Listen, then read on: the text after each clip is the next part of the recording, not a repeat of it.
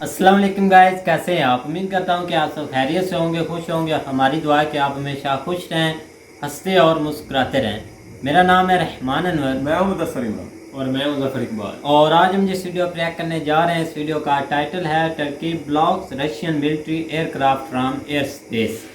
तो चलो सबसे पहले वीडियो देखते हैं। अगर वीडियो पसंद आए तो लाइक सब्सक्राइब जरूर कीजिएगा और कमेंट में अपनी राय का इज़हार जरूर कीजिएगा। तो चलो वीडियो करते हैं शुरू। नमस्कार and I welcome you all to world affairs. मैं हूं प्रशांत धवन। नाउ रिसेंटली हमने ये देखा है कि ऑर्गेनाइजेशन ऑफ इस्लामिक कोऑपरेशन के दो जो बड़े मेंबर हैं, टर्की और पाकिस्तान, दोनों काफी हद तक झुक चुके हैं यूएसए के सामने when it comes to Ukraine war. Pakistan का आपको ऑलरेडी पता होगा, इनके आर्मी चीफ ने ऑन रिकॉर्ड कह दिया कि जी रशिया ने इन्वेजन करी है यूक्रेन की। इन्वेजन एक ऐसा वर्ड है जो अब तक चाइना और इंडिया ने यूज नहीं किया रशिया के ऑपरेशंस को लेकर इन यूक्रेन। तो पाकिस्तान काफी हद तक झुक चुका है इन फ्रंट ऑफ यूएसए। फिर अगर हम बात करें टर्की की, तो टर्की ने तो कंप्लीटली सरेंडर ही कर दिया है।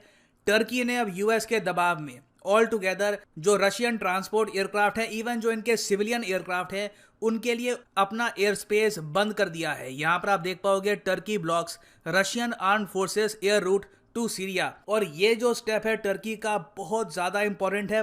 पॉसिबिलिटी है कि कुछ हद तक इससे रशिया को कुछ सेटबैक भी लगेगा यूक्रेन वॉर में, रशिया को कुछ नुकसान भी हो सकता है। इससे डिस्कस करेंगे इस वीडियो में कि टर्की ने आखिर किया क्या है, रशिया के लिए एयर स्पेस बंद करने का मतलब क्या हुआ, सीरिया का यहाँ पर क्या एंगल है, सब कुछ हम डिस्कस करेंगे। मगर आगे बढ़ने से पहले आपसे एक क्वेश्चन पूछूंगा। सिंस इस वीडियो में हम सीरिया की बात करने वाले हैं, सीरिया की बताओ देखो ऑफिशियल लैंग्वेज क्या है। What is the official language of Syria? ये है यहाँ पे आपकी ऑप्शन, अरबिक, हिब्रू, सीरियाइक या फिर लैटिन। कमेंट सेक्शन में करिए उत्तर। सही आंसर मैं आपको दूंगा वीडियो के अंत में। ना जो ये पूरा इशू है, ये इन डेप्थ समझने के लिए आपको जानना होगा कि रशिया का भी के लिए प्लान क्या है। रशिया भी कोशिश ये कर रहा है कि जो यहाँ पर सदर्न पार्ट है यूक्रेन का, ये पूरी तरीके से कब्जा लिया जाए। यूक्रेन को रशिया बना देगा एक लैंड लॉक्ड कंट्री। यहाँ पर आप अगर देखोगे तो यूक्रेन को एक ही मेजर वाटर बॉडी का एक्सेस है, ये है ब्लैक सी। अगर ब्लैक सी से यूक्रेन का एक्सेस रशिया काट देता है तो आप इमेजिन कर सकते हैं यूक्रेन की स्ट्रेटेजिक इंपॉर्टेंस बहुत ज़्यादा कम हो जाएगी। उसके अलावा बताया जाता है कि ब्लैक सी में बहुत सारा ऑयल, नेचुरल गैस है, ये भी बाय डिफॉल्ट रशिया को ही मिल जाएगा। तो रशिया यहाँ पर कोशिश कर रहा है कि धीरे धीरे ये खेरसन को कब्जाने के बाद ओडेसा, ये जो शहर है यहाँ पर यूक्रेन का, इस पर भी ये अटैक करेंगे। एक्चुअली रिसेंटली आपने सुना होगा कि रशिया ने इस इलाके में मिसाइल बरसाने भी स्टार्ट कर दिए हैं। मगर इन्वेजन करना बहुत मुश्किल होता है, सोल्जर्स आपको आगे भेजने होते हैं, आपको ड्रोन से निपटना है। It is very difficult. और रशिया के पास आज के समय ऑप्शंस लिमिटेड है, क्योंकि ऑलरेडी जो एरिया रशिया के पास है इसको कब्जा के भी रखना है, ये हाथ से ना निकल जाए, ये भी इंश्योर करना है, नया एरिया भी कैप्चर करना है। तो रशिया को इस वक्त और सोल्जर्स चाहिए, और सोल्जर सिंस इनके पास इतने हैं नहीं, तो रशिया अब क्या कर रहा है कि ये लोग फॉरेन लैंड से, सीरिया से, लीबिया से रिक्रूट कर रहे हैं मर्सनरी। मर्सनरी आपको मैंने बताया था एक ऐसा व्यक्ति होता है जो पैसे के लिए लड़ता है, उसको कोई मतलब नहीं होता झंडे से, आइडियोलॉजी से, उसको बस पैसे मिलने चाहिए और वो किसी भी पार्टी के लिए लड़ना स्टार्ट कर देगा। तो बताया जा रहा है कि यूक्रेन वॉर में रशिया ने ऑलरेडी 20,000 फॉरेन मर्सनरीज उतार दिए हैं और अब 16-17,000 ये और उतारेंगे इन द नेक्स्ट फेज। और ज़्यादातर जो ये मर्सनरीज हैं ये आएंगे सीरिया से। और रशिया का जो ये प्लान है, इसमें आप समझ सकते हैं टर्की का काफी इंपॉर्टेंट रोल है, क्योंकि सीरिया के बिल्कुल नॉर्थ में आपको मिलेगा टर्की। तो यूएस और बाकी जो नेटो कंट्रीज हैं ये टर्की पे दबाव डाल रहे हैं बहुत ही लंबे समय से कि जिस तरीके से यूरोप के बहुत सारे देशों ने अपना एयर स्पेस बिल्कुल ब्लॉक कर दिया रशिया के लिए, आप लोग भी ऐसा करिए। रशिया का मिलिट्री एयरक्राफ्ट, इनका जो सिविलियन एयरक्राफ्ट है, उनको बिल्कुल भी एक्सेस मत दो अपने एयर स्पेस से। टर्की ने इनिशियली बड़ा रेजिस्ट किया, कोशिश करी, अरे भी देखते हैं, हमें भी तो कुछ सोचने दो, बड़ा मुश्किल काम है। मगर अंत में फाइनली टर्की यहाँ पर झुक गया। टर्की ने यहाँ पर ये कहा है रशिया से कि देखिए हमने आपको थोड़ी बहुत इंडिकेशन दे दी थी कि अप्रैल के बाद हमें आपको एयर स्पेस देने में प्रॉब्लम आएगी, ये प्रेशर बहुत ज़्यादा है। तो अब बेसिकली टर्की ने जो रशियन प्लेन्स हैं इनके लिए अपना एयर स्पेस बंद कर दिया है और मेन कोशिश यहाँ पर की जा रही है ताकि कोई भी मर्सनरी सीरिया से रशिया ना पहुंच पाए, एक्चुअली यूक्रेन ना पहुंच पाए। क्योंकि रशिया सिंपली क्या करता था, एक मिलिट्री प्लेन लिया, टर्की के एयर स्पेस से गुजरे, सीरिया में पहुंचे, यहाँ पे जो भी जो मर्सनरी हैं, जो भी सोल्जर्स हैं जिन्होंने सीरिया की सिविल वॉर में इस्लामिक स्टेट के खिलाफ जो जंग हुई है वहां पर पार्टिसिपेशन करी है, उनको ये लोग यहाँ पर लोड करते थे और सीधा उतार देते थे यूक्रेन में कि जाओ तबाही मचाओ, रशियन आर्मी के लिए काम करो। और ऑफ कोर्स रशिया इन लोगों को पे भी करता था। मगर अब सिंस टर्की ने ऑल टुगेदर एयर स्पेस देने से मना कर दिया रशिया को, अब रशिया को एक नया प्लान यहाँ पर सोचना होगा, क्योंकि अब मोस्ट प्रॉब्ली रशिया क्या करेगा कि अपना एयरप्लेन ये लोग सीधा लेके जाएंगे ईरान में, ईरान से ये लोग जाएंगे फिर सीरिया में, सीरिया से जो यहाँ पर मर्सनरीज हैं बिल्कुल इनको ये लोड करेंगे अपने एयरप्लेन्स में और फिर इसी रास्ते के थ्रू वापस इनको आना होगा यूक्रेन में। ये एक नया रूट है, इसके लिए इनको जॉर्जिया से बात करनी होगी, कुछ और कंट्री से बात करनी होगी। इट विल बी डिफिकल्ट, मगर मुझे लगता नहीं है कि रशिया का प्लान टर्की के स्टेप से रुकने वाला है। मगर इससे हमको साफ दिखता है कि बड़े बड़े देश जो एक बार को कहते रहे कि हम यूएसए के सामने खड़े रहेंगे, सब झुक गए हैं।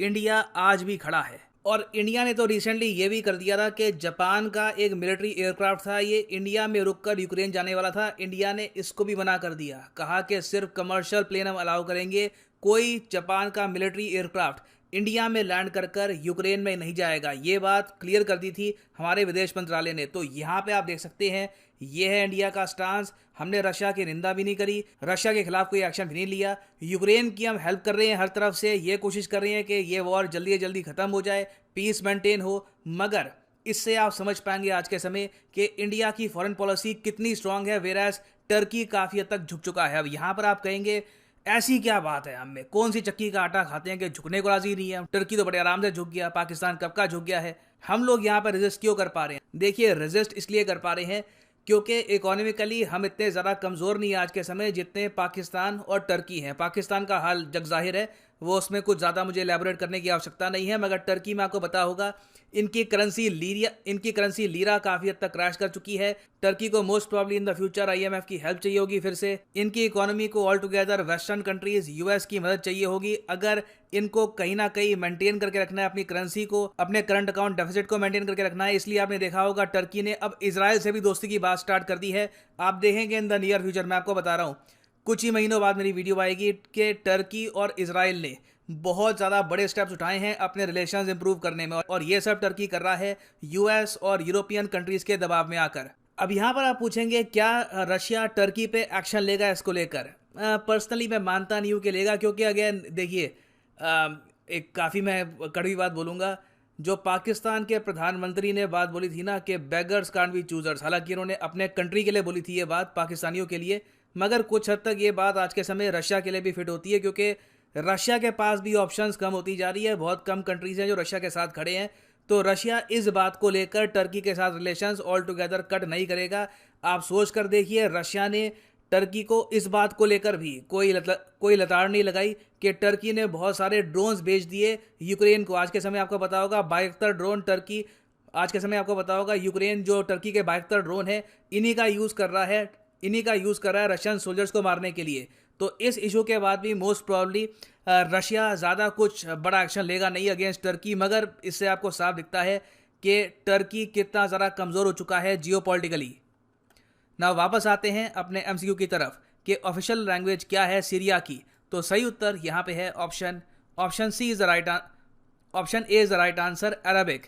अरबिक मैं आपको बता दूं कि 22 कंट्री में बोली जाती है, उनमें से एक देश है सीरिया। फाइनली यहाँ पर मैं ये भी ऐड कर दूं कि अगर आप लाइफ में एक बार प्रॉपरली UPSC एग्जाम की तैयारी करना चाहते हैं तो कमेंट सेक्शन में जाओ, यहाँ पे आपको मिलेगा लिंक, इस लिंक पे करो क्लिक। UPSC एग्जाम का भी यहाँ पे आपको कोर्स मिलेगा, SSC, बैंक, नीट एग्जाम, जिस एग्जाम की आप तैयारी कर सकते हैं वहाँ पे लिंक पे क्लिक करिए। अगर आप UPSC एग्जाम की तैयारी कर रहे हैं क्लिक ऑन दिस लिंक और यहाँ पे आप परचेज कर पाएंगे अनअकैडमी का आइकॉनिक कोर्स। जो आइकॉनिक कोर्स है स्पेशल इसलिए है क्योंकि यहाँ पे आपको मिलता है एक पर्सनल कोच जो आपको गाइड करेगा थ्रू आउट योर प्रिपरेशन, और उसके अलावा ऑफ कोर्स यहाँ पर जो सारा सिलेबस होता है वो तो कवर होगा ही। तो अगर आपके पास अभी टाइम है, आप आराम से चाहते हैं कि 2024 में एक प्रॉपर अटेम्प्ट देना UPSC का, अभी आप कॉलेज में है, आराम से 2 साल में एक प्रॉपर अटेम्प्ट देंगे UPSC का, तो जो 36 महीने का कोर्स है ये भी आप कर सकते हैं परचेज। मगर जो प्राइसेस यहाँ पर लिखे हैं पे करने की आवश्यकता नहीं है, सिंपली यहाँ पर यूज करिए कोड PD10 और प्राइसेस गिरना शुरू हो जाएंगे। यहाँ पे आप देखेंगे the prices will start falling once you use the code PD10, so use the code and save money. So इसी नोट के साथ ये है वीडियो का अंत। Thank you for listening and as always God bless you all.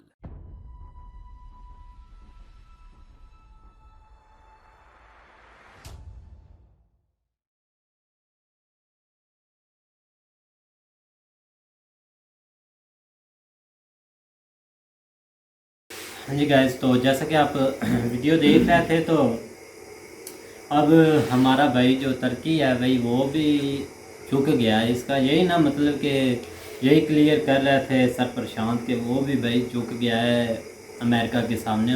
और जाहिर सी बात है भाई, जब हमारी इकोनॉमिकली हम ऐसे हैं कि ना कोई हमारे पास चीज़ है और हम बातें कर देते हैं बड़ी बड़ी। जैसे कंट्री झुक गए हैं, उन्होंने हेलीकॉप्टर कौन की डील सा? कैंसिल की।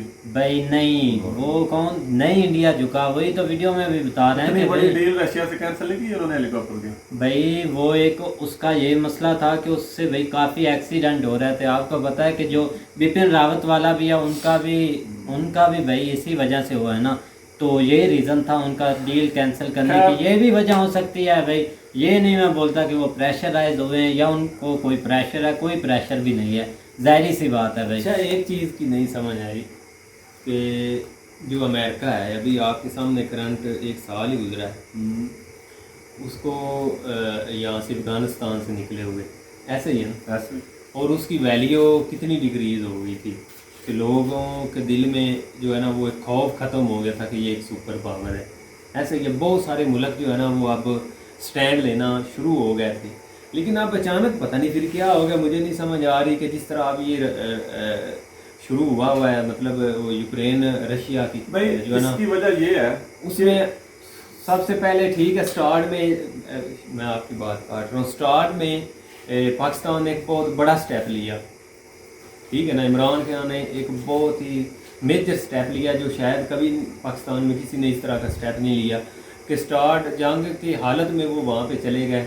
उन्होंने एक जो है ना वो रशिया टूर किया, वहाँ पे लैंड किया, जंग शुरू हो गई है। इस तो बात करने का मतलब ये है कि उस वक्त ये भी एक स्टैंड पे थे, ये भी अमेरिका को जो है ना वो आंखें दिखा रहे थे।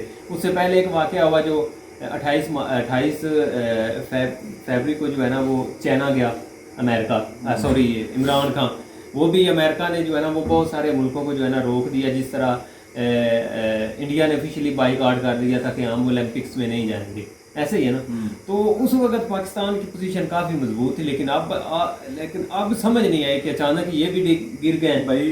साथ तुर्की का भी आज हम सुन रहे हैं कि वो भी गिर गए। उसकी सबसे बड़ी वजह ये है कि सिर्फ एक यूएसए नहीं है जो आप पे प्रेशर डाल रहा है, आप पे पूरा यूरोपियन यूनियन प्रेशर डाल रहा है। और देखें तुर्की आधा तो यूरोप में आता है, आधा एशिया में आता है, और आप एक अमेरिका से तो कुछ ना कुछ जंग लड़ रहेंगे, उसके बगैर रह लेंगे, कुछ ना कुछ हो जाएगा, लेकिन आप पूरे यूरोपियन कंट्रीज जो है ना उससे नहीं जंग मोल ले सकते, उससे नहीं लड़ाई ले सकते।